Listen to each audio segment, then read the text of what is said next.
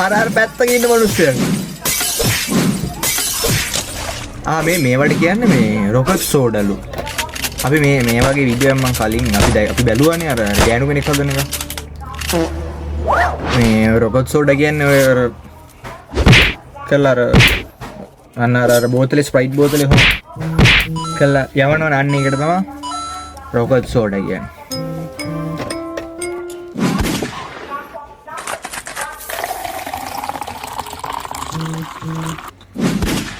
මං කියන්නේ ඔයාලත් මේ ගියාම try කරලා බලන්න මේ වගේ දේවල්.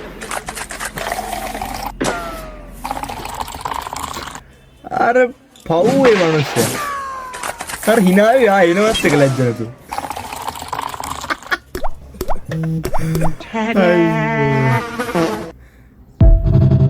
අනේ මන්ද. ඔයාලත් බීලා බලන්න. ආස හිතේ.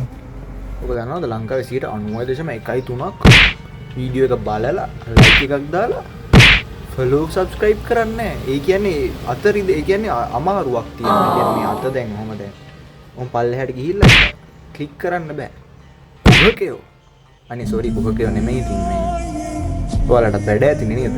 කමක් නෑ. ඒ කියන්නේ වීඩියෝ එක බැලුවා නම් ඉතින් සාධාරණයක් කරන්න අපිටත් ඉතින් අපිත් ගොඩේ ඉන්න හදන්නේ.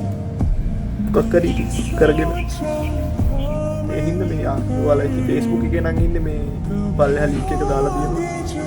මගේ YouTube නාලිකාවේ මේ ගිහිල්ලා ඒක ක්ලික් කරලා මේ ඉතින් ඔයාලට වීඩියෝ වලින් පෙන්නන්න බෑ කරන විදිහ. ඔයාලා දන්නවනේ මේ වීඩියෝ එකේ link එක ක්ලික් කරලා මේ මොකද්ද යන්න නාලිකාවට ගිහිල්ලා subscribe කරන්න. ඔයා Facebook එකේ නම් ඉන්නේ follow කරන්න. Please